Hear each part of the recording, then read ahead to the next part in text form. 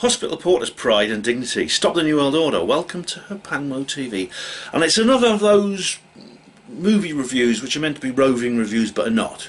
Because I can't get to the cinema. No one can get to the cinemas. So, yeah, even apparently Warner Brothers are thinking of putting all their latest releases and just streaming them. So, well, I look forward to the day when I can return to the cinema. But in the meantime, it's just me doing these movie reviews from home. Well, the film I'm going to review today is actually quite an old one. It's from 2013 and it's called Pandora's Promise. And after I've reviewed it, I'm going to go into some interesting news stories that have come up that are kind of related to this subject. Pandora's Promise, of course, is, well, it's actually a environmental film. And I did an environmental film before called Planet of the Humans I reviewed, and this is very similar. This is almost like what is not said on Planet of the Humans, and I actually did make this point, and I mentioned I was going to review this film back then, I think. Pandora's Promise is a film written and directed by Robert Stone, and it's all about nuclear power, and nuclear power from the environmentalist standpoint, because now there is a segment, there's an entire tendency within the environmental movement which actually thinks nuclear power is a good thing. And this was considered heretical a number of years ago. It was all these, after Chernobyl and Fukushima and things like that, everyone was going, oh, isn't it awful? You've got to stop it, it's destroying the world. And indeed you're going to hear some, well, you won't see the film yourself, but I'll be describing some of the controversies involved in this. And this has led to a split within the environmental movement about whether nuclear power is a good thing or whether we should simply stick to renewables, that is solar, wind, biomass, all these other things that in Planet of Humans they said wouldn't work. That kind of question has split people off from each other. And of course when environmentalists get angry, they're essentially left-wing people, most of them. When environmentalists get angry, they get really angry. And they get really bitter, and yeah, it's been quite nasty at times. Now, one of the central figures in this pro-nuclear environmental movement is a man featured very much in this film, Pandora's Promise, and his name's Mark Linus, and he's a local guy here in Oxford, and he's well, he's a very well-known watermelon, and indeed I went to one of his talks, actually, Oxford Skeptics in the Pub, and I'll put a link to that in the description box, which you can see. And I reviewed it because Mark Linus is actually a bit of a miserable twat, actually. I don't know him. I've met him a couple of times, and that was one of them. But no, I don't know him. He lives in a different part of Oxford to me.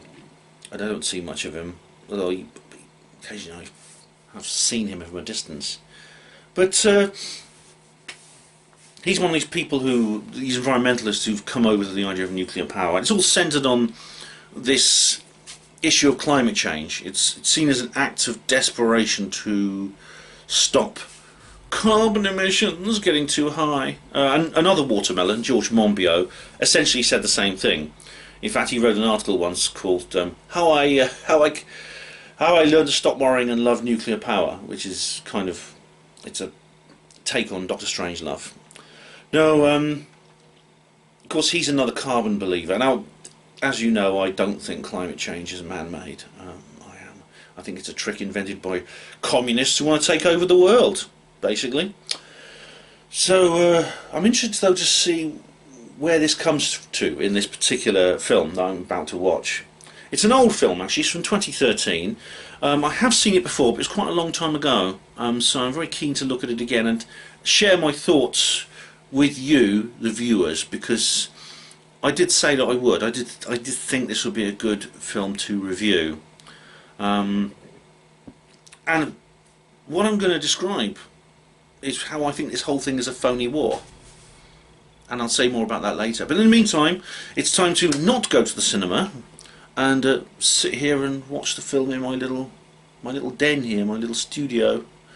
Okay guys, I'll see you when I've seen the film.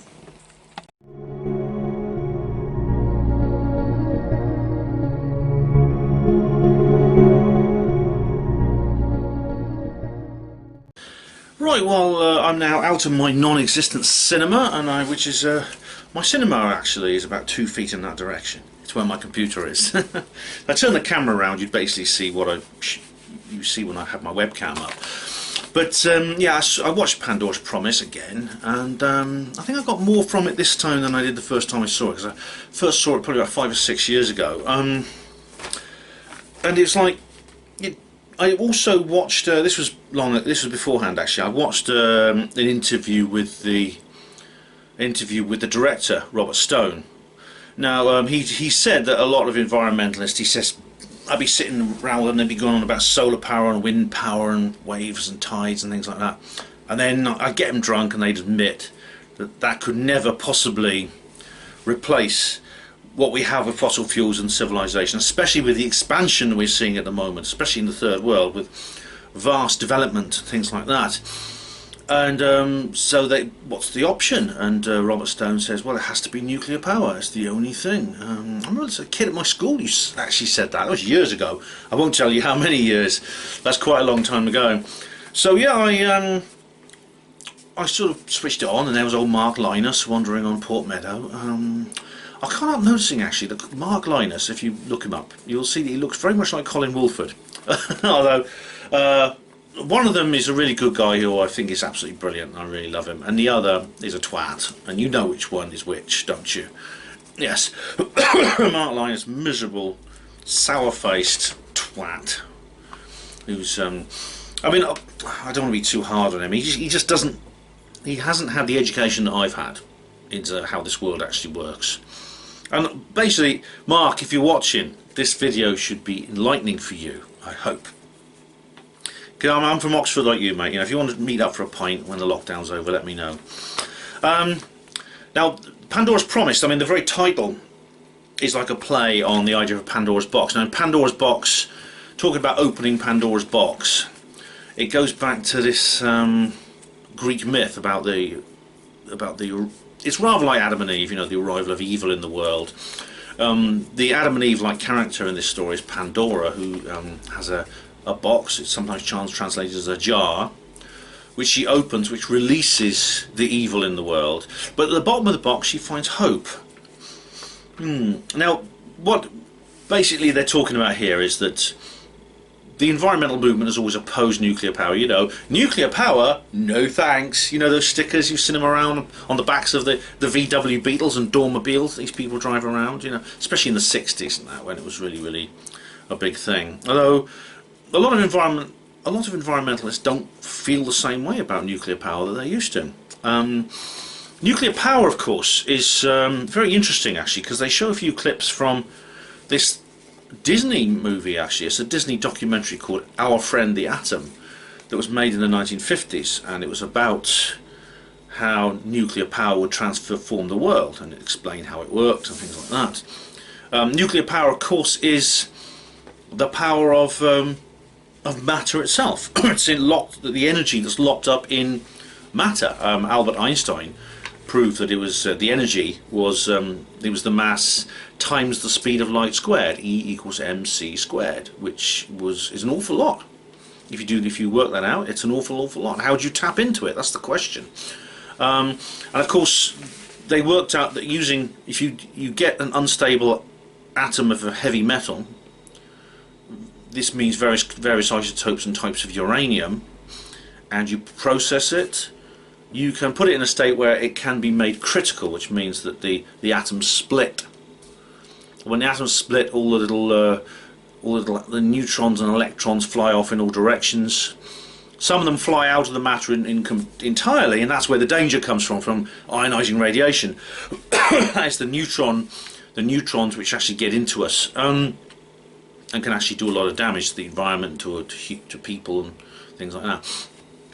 But what happens then is that you get an explosion. That's where the bomb came from that devastated Hiroshima and Nagasaki.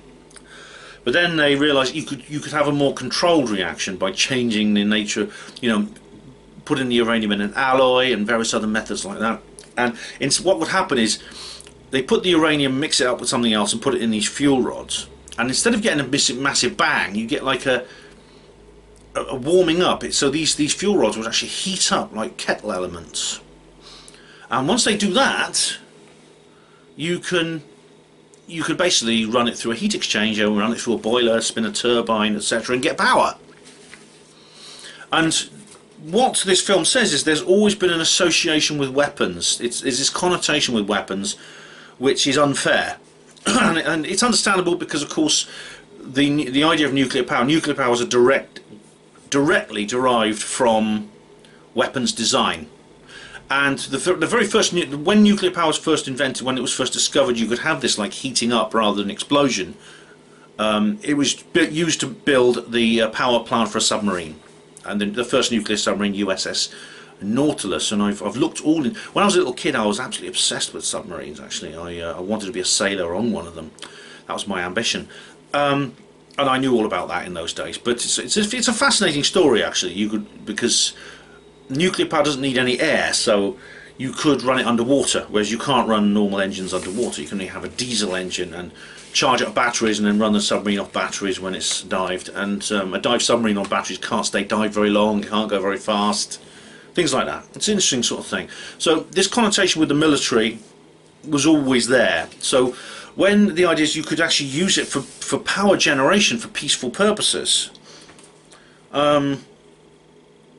it was really quite something, because in fact 10 grams of uranium contains the same energy as 5,000 barrels of oil. And so there was an interview in the program with this guy who's been a nuclear engineer his whole life, a bit like Stanton Friedman. You probably knew Stanton Friedman, actually, because that's what he did. And he worked on this thing called the EBI-1. That is the experimental breeder reactor, and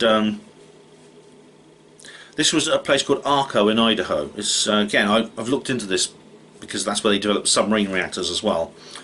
And it was all very primitive at first, but there were different types of reactor. There's like the breeder reactor versus the light water reactor. The breeder reactor actually is a lot more efficient, and they've developed a very efficient one recently. In the 80s they developed a very efficient one, and I want to talk more about the end, because even though I'm a critic of this film, I have a lot of criticisms of Pandora's Promise. I found it fascinating simply because I'm interested in the technical sort of side of things. I mean, I'm a blokey sort of bloke, and blokey blokes like this sort of thing. You know, we like nuts and bolts, we like engines and things like that, and I've always been that kind of bloke. That's yeah, so no soy for me, no. And so there was this, ever since it was designed, when the first submarine put to sea, in the first generation of nuclear submarines put to sea, there was always this idea that they wanted to use this same energy. Even Admiral Rickover, the designer of the first nuclear submarine, he said, this is not just about submarines, this could be used to drive the entire world. But this negativity came out of it. I mean, there's a popular, what the thesis of this program is, there's a popular image of nuclear power which is negative. And you see, like in The Simpsons, I mean, I love The Simpsons, but there's lots of jokes about nuclear power in The Simpsons, because of course there is the principal industry of the setting is a nuclear power station where Homer Simpson works. There's all kinds of jokes about the awful safety there, and there's Mr. Burns, the evil genius who runs it. Yeah. But there's what happened was that what this guy thinks, this engineer, Len Koch, his name was, I think. One of the things, what he said at the beginning was that there was a massive mistake made, because they went with something called instead of using the breeder reactor, which is much more efficient, that essentially has an internal recycling process within the nuclear pile, which allows it to essentially rather than just like being an open-ended cycle, it's like a closed cycle and produces less waste, it's more efficient. They went with what's called the light water reactor, which was the original design that Rickover used for the Nautilus. This is like a pressurized water reactor. It has like a primary coolant loop of pressurized water as a heat exchanger, which runs through a boiler, and then you have the secondary loop which runs turbines. You can miniaturize that down to a very, very small, on a very small scale, with very high density cores, which have a lot of uranium. In terms of the alloy, they have much more uranium in them than like their civilian counterparts, and that it's small enough to fit in a submarine. But you can build a bigger one, which has lighter uranium in the rods, and use that for like a full-scale power station. Instead of running just one submarine, it can run like an entire city. But what happened was, instead of like going with the breeder reactor, they just scaled up the light water reactor, and that's the problem you get with and they're more dangerous. You see, they're not safe, and they're also, because they have the primary coolant loop is pressurized water. And if that breaks, of course, the water just turns into steam and it just flows out because it's under high pressure. Water under high enough pressure does not turn into steam. You can heat it up to very, very high levels, and it won't turn into steam. In fact, like non-nuclear engines sometimes use this.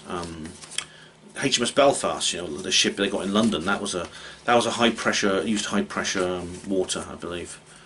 But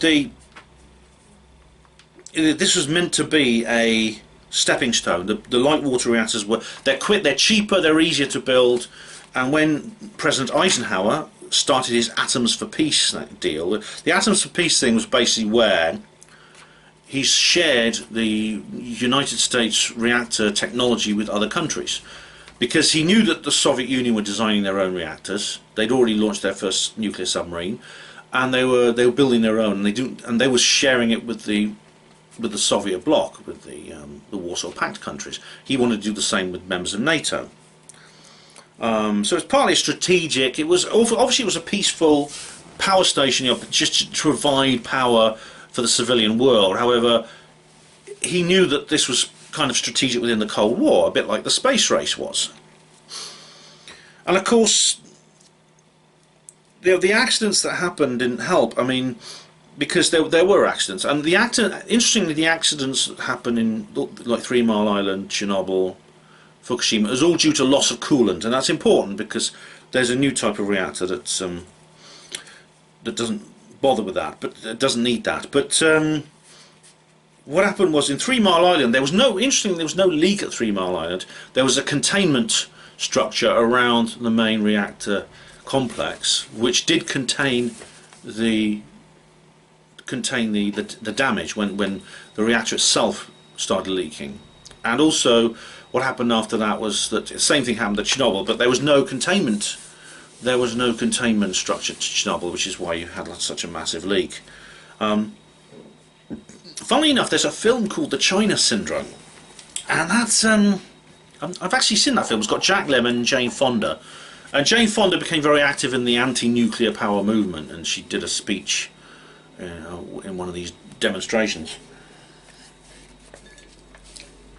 But you see, what happened was I can't remember what it was. It was 1979. I can't remember what months these things happened, but I know that the China Syndrome came out literally a couple of months before 3 Mile Island. It's almost like life imitating art again. What happens in the China Syndrome is there's a nuclear accident is threatened.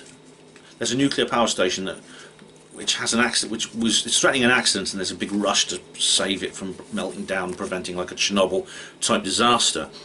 In 3 Mile Island, the accident actually happened, but it was contained. Now, what Mark Linus and these other people, there's like 5 or 6 people interviewed in this from the environmental movement, what they were saying, and I mean, I do know where Mark Linus is coming from. I don't want to be too hard on him. I mean, he is a miserable, sour-faced git, but he's still a human being, and I don't believe he's malicious. I don't believe he's malevolent. If I met him, I have met him a couple of times, but if I had a talk with him, I'd be polite to him. I wouldn't be nasty to him. I'm only nasty to him, and I only call him names on camera here, of course. But this ties in with the Planet of the Humans, because Planet of the Humans talks about the failures of renewables, and go to the link in the description box, and you'll see my entire review of that film. What this does in Pandora's Promise, this is why I said that these two films are kind of complementary to each other. It's almost like Pandora's Promise was made before Planet of the Humans, but it's kind of it's almost like a sequel or prequel. It's rather like, it's kind of like it's connected, because you show this pie chart, and it's like 85% fossil fuels, and then there's the alternatives in there, and nearly all the alternatives are like nuclear, and there's a tiny little bit there's like a 2% for wind, and there's 0.3% for solar, and everything else is like nuclear. And the point is that what these proponents of nuclear power say is you're never going to replace that entire 85% of the pie chart with those renewables, solar, wind, and indeed what's said in Pandora, what's said in Planet of the Humans indicates the same thing. They're basically saying that the whole renewables industry is a big con. These things are inefficient. They technically it's free energy because you're running it off winds, the sun, things like that. But it has these downsides, which is that the actual engineering is not very efficient and not very reliable. The solar panels get smashed in wind. The wind turbines break down and things like that. And there has to be the shortfall has to be picked up with natural gas. They say, well, this is why there's a massive boom in the natural gas industry right now, because natural gas is being used just to pick up the shortfall of the renewables. Then there's a little bit I skipped through because it goes on about climate change, and there's this scary sequence about warming and storms and things like that. Yeah. And of course there's the nightmare scenario of the world, the ice caps melting and deserts expanding and things like that, which of course, as you know, I think is a complete con. It's a complete lie. It's basically a new world order stalking horse, and that's all it is. And then at the end of this, you see Mark Linus. He's coming out of his house with his kids and his wife, and they're walking through the parks, and the kids are playing, and it's all these cuddly sort of things saying, oh, well, nuclear power doesn't produce carbon dioxide. And you add that onto the sequence you've just seen, and it seems as if nuclear power, like nuclear fission power that I've described. I call it fission because fission, and I'm going to talk about fusion in a minute, but fission is what I've just described. It's the splitting of atoms to gain power. You split the nucleus, and you get like of uranium and heavy metals, and it flies. All little neutrons fly off, and they split the nucleuses of other neutrons. Other nuclei, and the neutrons fly off, and it's a chain reaction. That's called fission. You split atoms, and it has the downside of producing radioactive waste and ionizing radiation. I'll talk about fusion in a minute, because fusion doesn't do those things. But the thing is, nuclear power does produce carbon dioxide. It was like, who was it who said this? It was like this is the downside of nuclear power, which they don't discuss in Pandora's Promise, which is it does produce carbon dioxide. Now, if you're one of the people who do believe that emissions of carbon dioxide from civilization cause climate change, then you should be very wary of this. And I mean, I myself actually, I actually don't think we should be burning fossil fuels. I mean, as I said, I'm a climate change denier. I am, but I still think burning fossil fuels is a bad thing. We need to stop doing coal, petrol, natural gas. We should stop doing it, because, especially the coal, because it's extremely damaging for the environment. It produces particulates in the air that gets into the water, that gets into the soil, that causes all kinds of problems, health problems among people with their lungs, things like that. It causes acid. It mixes with the air to cause acid, which causes acid rain. So yeah, I do believe those things are real, and I think we shouldn't be burning coal, fossil fuels. So there's a definite proportion. I mean, there was in one sequence they play on the old white Western middle class guilt thing. I mean, they do play on that in this film a bit, as these documentaries tend to. And the Environmentalist essentially does that. The Environmentalism is a cause which plays on socially aware, socially concerned, left-wing middle class privileged people who hate their own, who are guilty of their own privilege. It's rather like the Antifa BLM thing. It tends to, and the homeless. You remember the homeless thing I talked about in my, do you remember my argument with the homeless person video? It tends to take advantage of that instinct in people, and environmentalism does too. There's an entire unit actually, was sent to do this, and you can see in the end credits. And indeed, there's lots of scenes from the shanty towns of Brazil, where you see lots of poor people who can't afford proper housing, don't have energy and things like that. And then it says, correctly I should add, that there was a direct proportion, there's a direct correlation and causation as well between the amount of energy available for society and the quality of life. And that's absolutely true. And right now, of course, countries like Brazil are developing. I mean, Brazil is like sometimes called the third world tiger. And indeed, you see this repeated across South America, across Africa, across Southeast Asia and other places, which the traditionally poor South has improved its quality of life. And then they get quite nasty, because they say, what these environmentalists, these anti-nuclear power people want to say, is they want to keep these people down, stop them developing their infrastructure by forcing them to use an inefficient form of energy, just so that the rich people in posh countries can sit around at dinner parties saying how virtuous they are. And I resent that. I do, even though I'm not one of these people. Obviously I'm not only my working class, I'm something of a conservative reactionary, or fascist as some people call me, which is unfair, I think. But yeah, I'm not one of these sort of left-wing middle class people. Yeah, I don't like to see people like that having their emotions exploited, and I don't like them, especially in this negative way as well, because that particular part of the film is different from the others. I mean, a lot of them, they're positive. They say things like, well, look how much good you could do, right, look how much good you could do, and then they move on to this other area which says, look how bad you are if you don't support us. And so I resent that. I resent that on behalf of the people who are targeted by that, even though I'm not one of those people. They say that coal actually, with this huge expansion of energy that we have at the moment, and energy consumption is going up everywhere. China in particular is massively expanding. China is currently going through, even the coronavirus hasn't stopped the economic growth of China. It hasn't stagnated. I mean, coal is still the biggest source of energy, but it's still the biggest growing.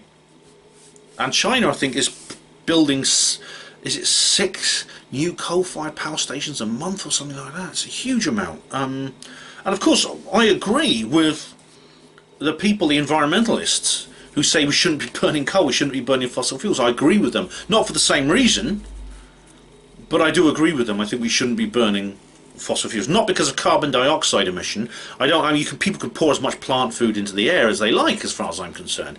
What I object to is the chemicals, the particulates and things like that.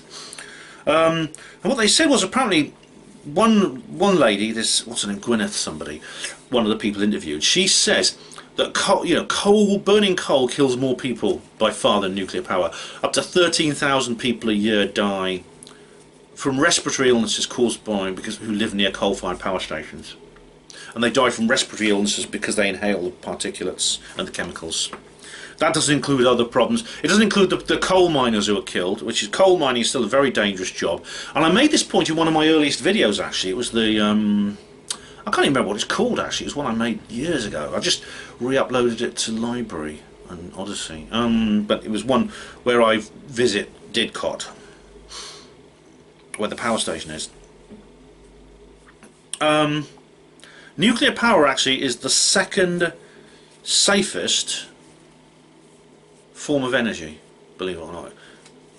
They have a laugh and they say even solar panels kill more people than nuclear power, because they sometimes fall off roofs and they hit you on the head and things like that. And that did surprise me, I must admit. And there's natural radioactivity everywhere. Now, Chernobyl, you see, Chernobyl was a horrible incident. It happened in 1986. It's this nuclear power station in Ukraine that suffered a terrible accident. And this was front page news for about a month. I was just a little kid at the time, but I remember it very well. That this huge, they were talking about the radioactive cloud spreading across Europe. What happened was that after the disaster, many people disobeyed the government's instructions, and they moved back into their homes near the, because it was all evacuated when this happened, and they moved back into their homes. They still live there to this day, and apparently they haven't suffered much from the radiation. And so it appears that maybe the scientists were wrong about radiation exposure in the first place. Yeah, if you obviously, like, people die when they encounter ionising radiation, but the long-term effects of it is not as bad, and it doesn't linger in the environment the way people thought before. Indeed, James Lovelock said this in his book Gaia. Then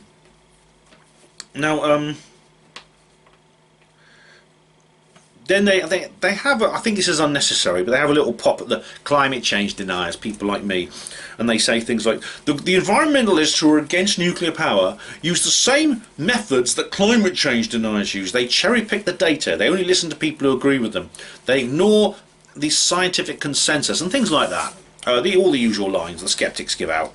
And they compare, if you're an environmentalist and you don't believe nuclear power is a good thing, and you think we should stick to wind turbines and solar panels, and apparently, according to these people, according to these pro-nuclear people, these watermelons like Linus and Monbiot, you are in the same category as me. You're as much a monster as I am. Did you know that?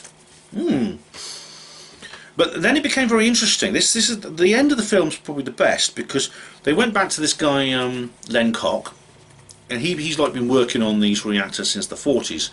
And he took part in this design in 1986. The same year as Chernobyl, they tested something called the IFR, which is the Integral Fast Reactor, and they did a test on it by simulating the disasters of 3 Mile Island and Chernobyl within this test facility. It wasn't a power station; it was just an experimental place, and the disasters didn't happen because this reactor had its own way of regulating its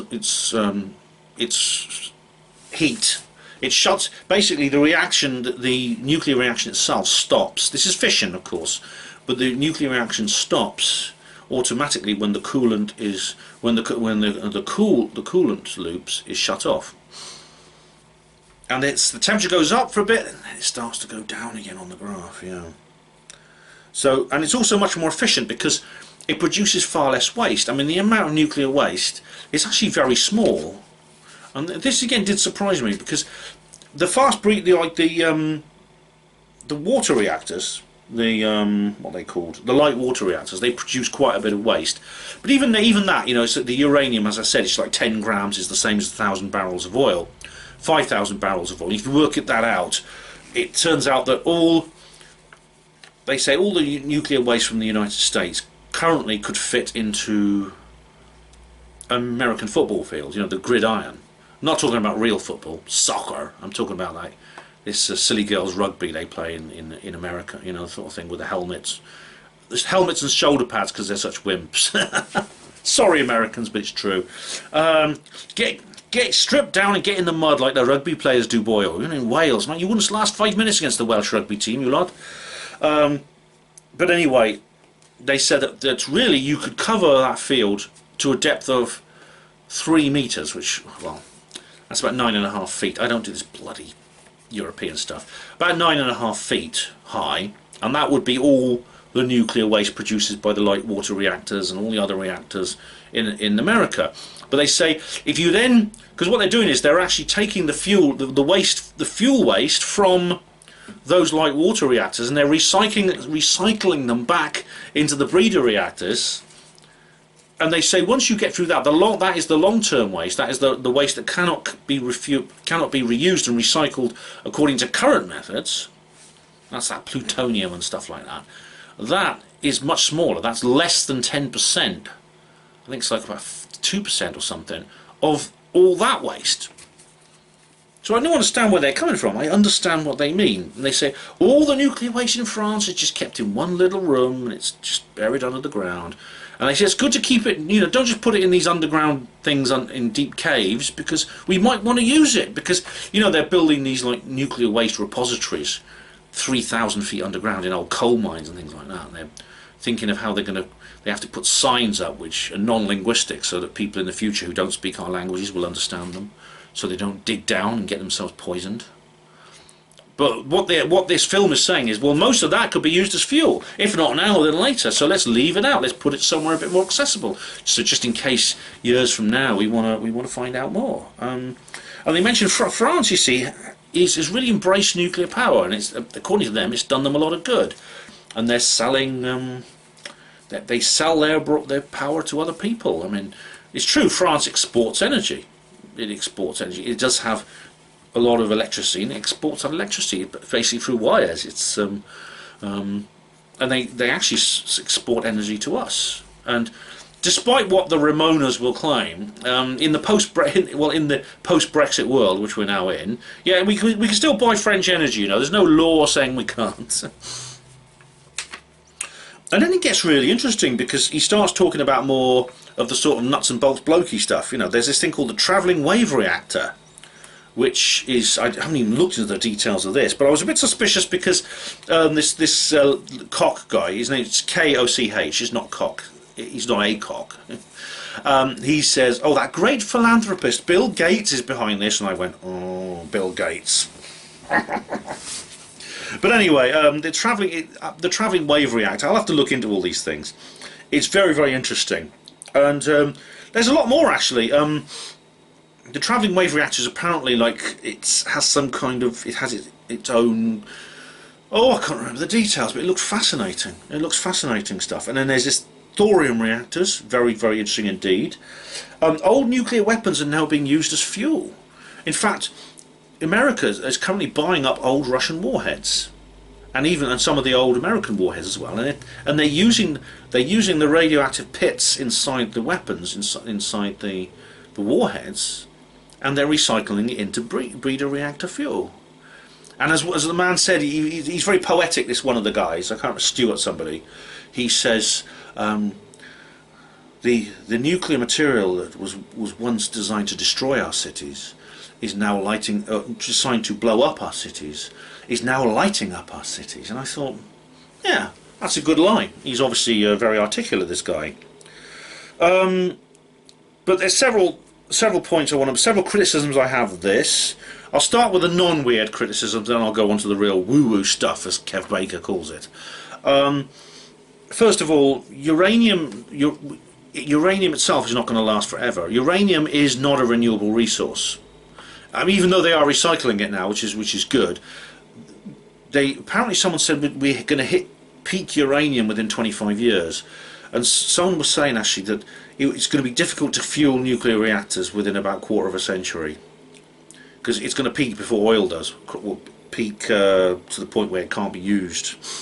So uranium is running out, and as I said, it also causes I can't remember exactly why it causes carbon emissions, if you worry about things like that. But obviously, if it causes carbon emissions, it causes emissions of other things that I take seriously. So that's one of the criticisms I have. And another, of course, is fusion. They don't mention fusion. And I'm going to take a little break now, and I'm just going to show you a couple of things. I'm not going to do the reviews because, I mean, there's no point reading the reviews of Pandora's Promise, because firstly it's an old movie, I'd have to dig up some archives, and secondly the reviews are all going to be partisan about whether it's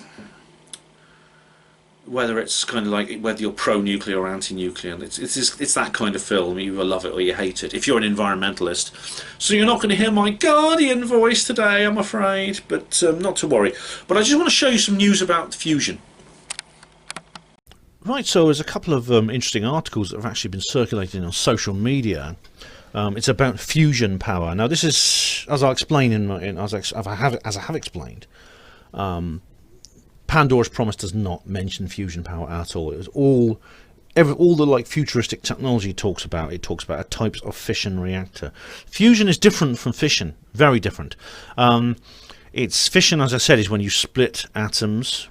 You split the nucleus to create power.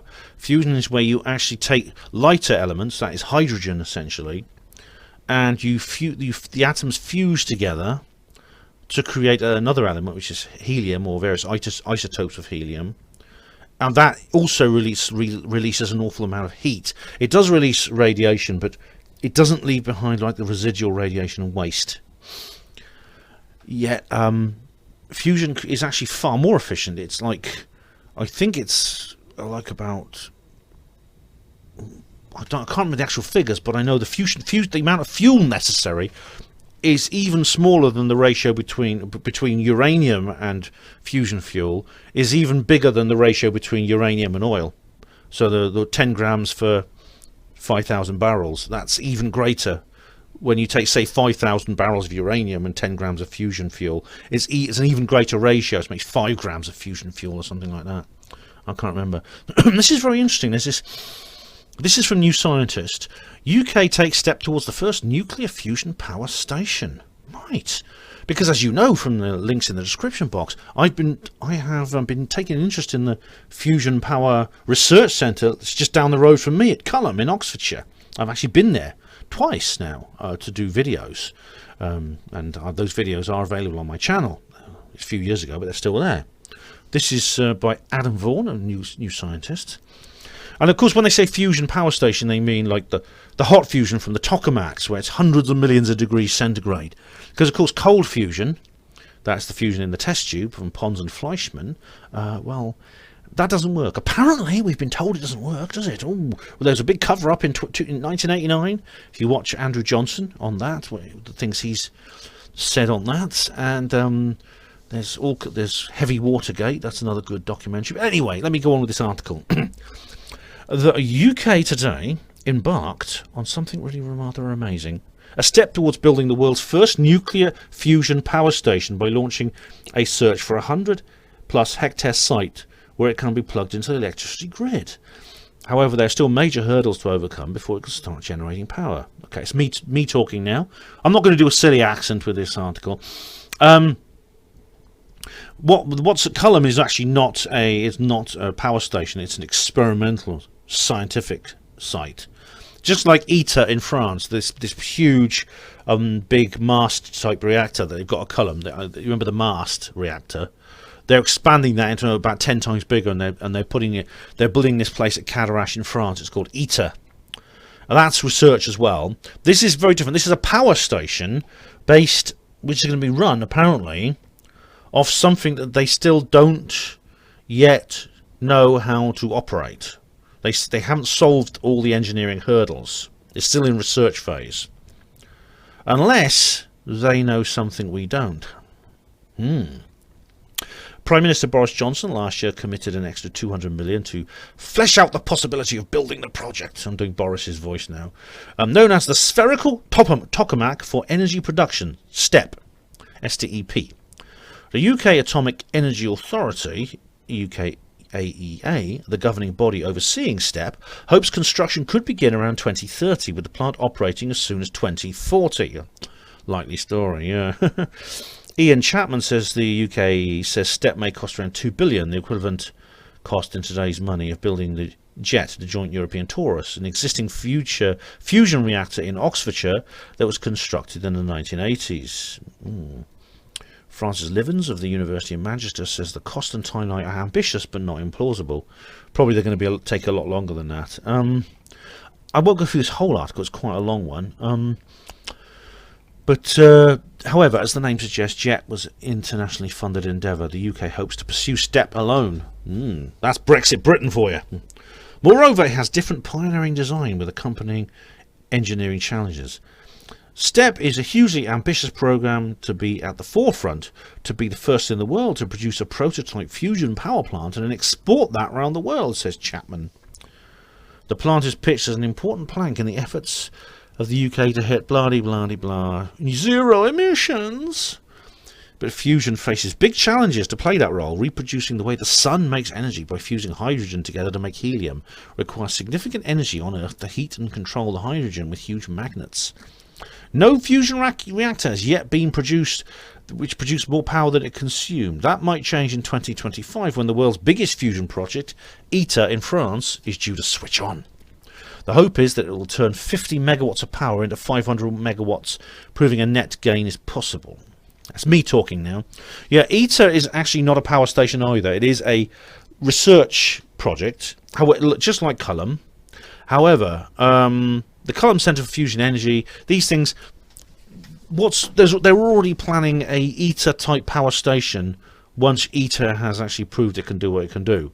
But then, of course, as always with fusion power, there's a huge timeline. There's a huge timeline problem. It's something that seems to be always about 20 years ahead, and it's like, and the environmentalists are going, no, we need to save the world now. It's too soon. This is all right like in the future, but we've got to get something else done in the meantime to save the world. I understand that, but as I'll explain in a minute, it doesn't really matter because there's other means to generate energy which doesn't involve building these huge contraptions. Back to the text. STEP's power output goal is more modest, a mere 100 megawatts, but unlike ITER, it'll be connected to the ordinary electricity grid to understand how a fusion plant operates day in, day out. So they're going to combine the prototype power station with research. That's good. That skips the two, combines the two stages of ITER and the experimental power station into one. It'll save time. This week, the UK AE is calling on communities in the UK, be they councils or landowners, to host STEP, as the authority's current home in Culham in Oxfordshire is full. Nominations can be made until March 2021, with a plan to pick a site by the end of 2022. Later down the line, cost could become a major hurdle, while running costs could be relatively cheap. $2 billion for a 100 megawatt plant is not. There are some expensive electrons.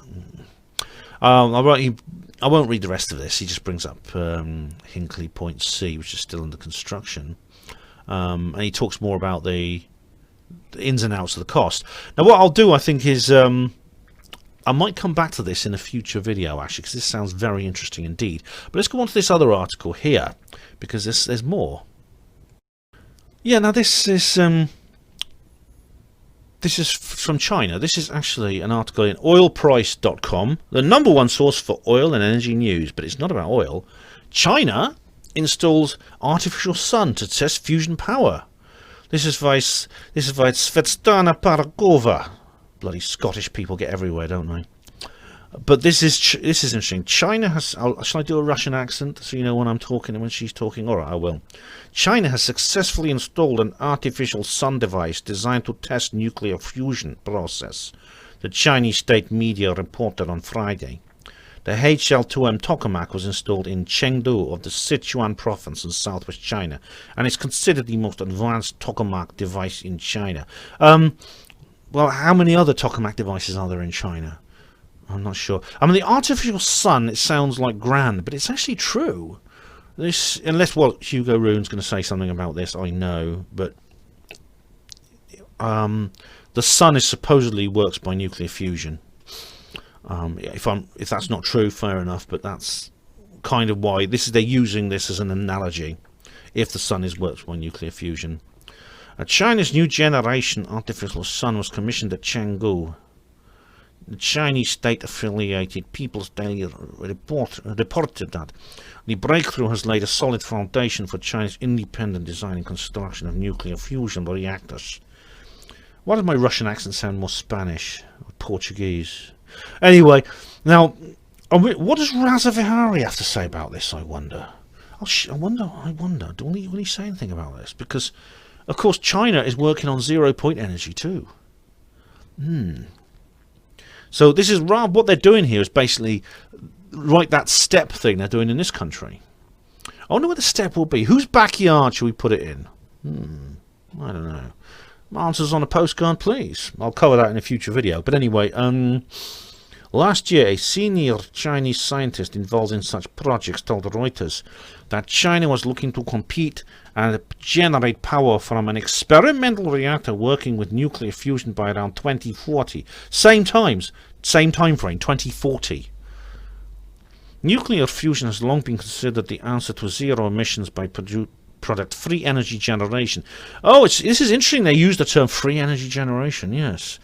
However, no one has cracked the fusion code yet because of the challenges associated with the environment in which the process could take place. That is heat and pressure, yeah. They can't do pressure because the pressure at the centre of the sun is beyond anything we could create on Earth. But they do it with heat, 100 million degrees. It's interesting, actually, because when I first heard about this, I thought, bloody, that's going to burn the whole place up. 100 million degrees centigrade? But then I actually wrote to the CCFE, Culham Centre for Fusion Energy, and they wrote back. He wrote back a very nice letter explaining there's only 1 milligram of deuterium. That's the fuel. That's the hydrogen isotope they use as fuel. There's only 1 milligram of that is in this huge chamber, this huge torus chamber, which is like several hundred square yards. And yes, so even though that is very hot, I mean, it heats up to 100 million degrees, the actual thermal impact of something so thin and tenuous is only about the same as boiling water. So it's when you take 1 milligram and spread it over like 200 cubic yards, that's all you get. Like you get about 100, it's about 100 degrees centigrade thermal impact. Fusion is the natural process that heats the sun and other stars, in which the huge amount of energy is produced by the fusion of light atoms that gives in hydrogen into heavier elements like helium. But replicating fusion energy generation on Earth has been a challenge. Well, yeah, because they're using this hot fusion method, but as I said, I don't have to repeat what I said about cold fusion, about how this was produced effortlessly in a test tube by Stanley Pons and Martin Fleischmann in 1989. This was actually based on an experiment done in 1920 called the anomalous heat effect, which they rediscovered independently. But it's covered up on both occasions. Because, I'll put a link in the description box into Martin Fleischmann dies. Yeah, I'll do that. Okay. Oh, right. I've already done it. Yeah, I've just checking my notes. I've already done that. Yeah. That's because this fusion needs to take place at an extremely high temperatures that create hot plasma, and because the researchers have struggled to obtain more energy from these plasmas than the energy input to run them. 2 months ago, researchers at MIT and the startup Commonwealth Fusion Systems, spun out of MIT, said they were fairly certain that their nuclear fusion experiment would achieve, at some point over the next decade, its goal of creating hot burning plasma to produce for the first time ever fusion energy with more energy. It's consuming to generate that fusion energy. Well, yeah, I mean, they've always been saying at some point we're going to get an energy net gain from our fusion experiments. And honestly, I wish them luck. I mean, obviously they've committed a lot to this. If they think they can make this thing work, I'm not going to try and stop them. But at the same time, I'm going to give people, I'm going to say there's an option here of something else. An alternative which is far easier and cheaper and a lot less fuss to actually create, and indeed could be created a lot sooner. In fact, it's already been created now. And I'll go on to that in a moment, I think.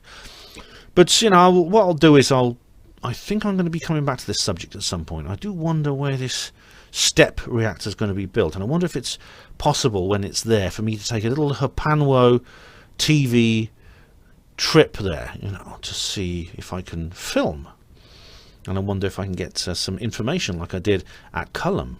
We'll see. You'll hear about it on Hapanwo TV if such a thing is possible. That I promise. And of course, that's my other big criticism of this film. They don't mention fusion power. Pandora's Promise, in its promotion of the nuclear revolution, never mentions fusion. And I wonder why not. I wonder why not. Alright guys, buckle up. It's time to go full woo. Yes, let's get into the really crazy stuff, right? Now this is my principal criticism of Pandora's Promise. I said at the beginning it's basically a phony war. The whole thing is a phony war. And I'm going to say the same thing about Pandora's Promise that I said about Planet of the Humans. It doesn't matter. Because in the end of the day, both sides in this debate are squabbling over what is obsolete technology. And that includes the hot nuclear fusion as well. Because the ability to create energy out of nothing exists. It came from Nikola Tesla, which I've talked about before. I'll put a link to my free energy portal in this in the description box.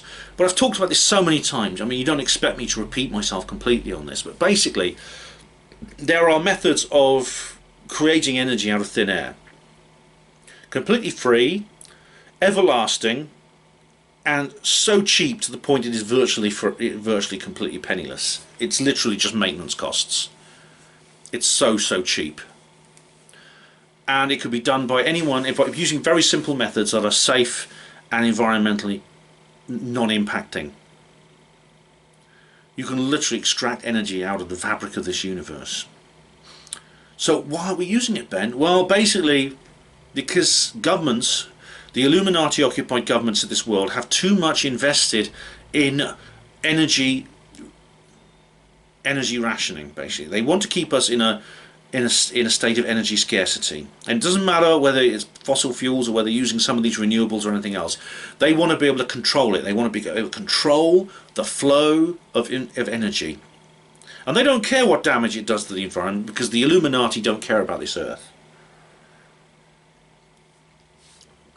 The Illuminati want to turn this earth into a wasteland, so they can. It's just part of their satanic sacrifice. The planet is the ultimate satanic sacrifice. I mean, the Georgia Guidestones are just, it's supposedly pro. I mean, it's the Georgia Guidestones are to justify the New World Order, total, utter control of everything. The resource-based economy, a population of 500 million. In perpetual balance with nature, which basically means separate from nature, in smart cities. Everything else is turned into a national park. You know the kind of thing. The Great Reset, Agenda 2021 or 2030. It's all the same. And these people are using the environmental movement to justify a lot of their policies, but that's not quite relevant to this particular review, and I've discussed that many times before anyway. But they're keeping this technology from us. Nikola Tesla, just watch my review of the Tesla film. They destroyed him. J.P. Morgan, the Rothschilds, the Rockefellers, they destroyed this man. They ruined him.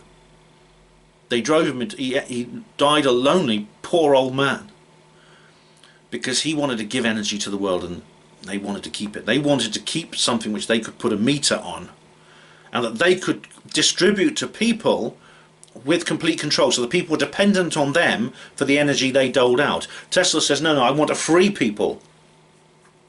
I want to give people the means so that every person can generate their own energy, and every person will be free of any restrictions on energy. Just think what that could do.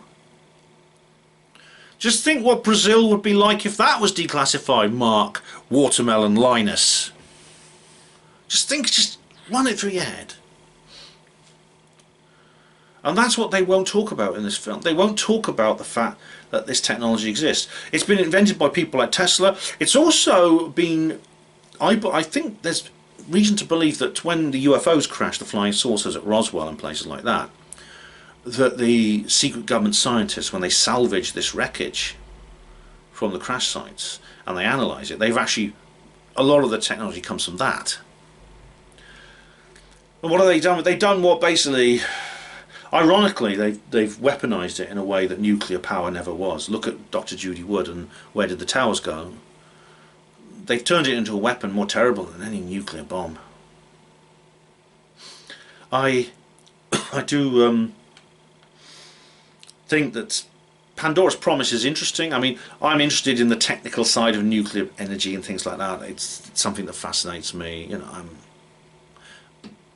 But really, as a program that is futurism, and one of the people interviewed says I'm a futurist, it's wasting our time, because it's focusing on what Richard D. Hall calls a phony bone of contention. They're squabbling over two illusions when the truth is lying buried under their feet.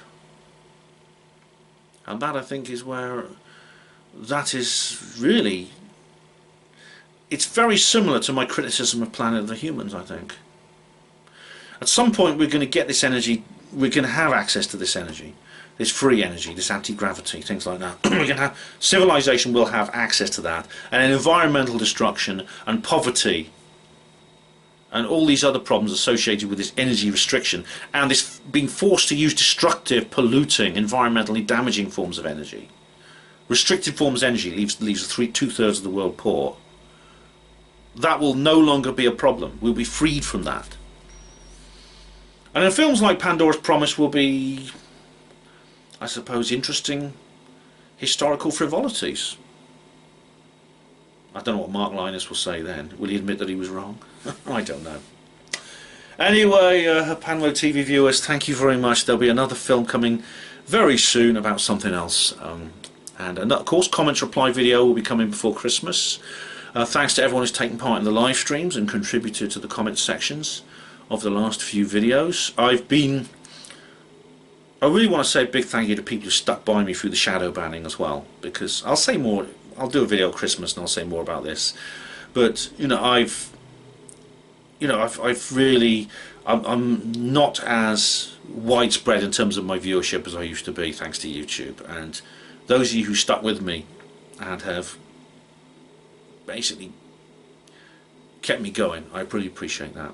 Thank you very much. Anyway, I'll say more at Christmas. I'll do a special Christmas video where I'll say more to you guys about that. But it means Christmas is coming. Yes, it's December now, the last month of this year, this troubled year. But it's not the last Panwo TV video of the year by far. There'll be more coming. Depends on what happens as well. Could be an emergency situation where I'll have to do a live stream or a special video. We'll see. But in the meantime, thank you all of you for watching Panwo TV. Hospital Port as pride and dignity. Stop the New World Order.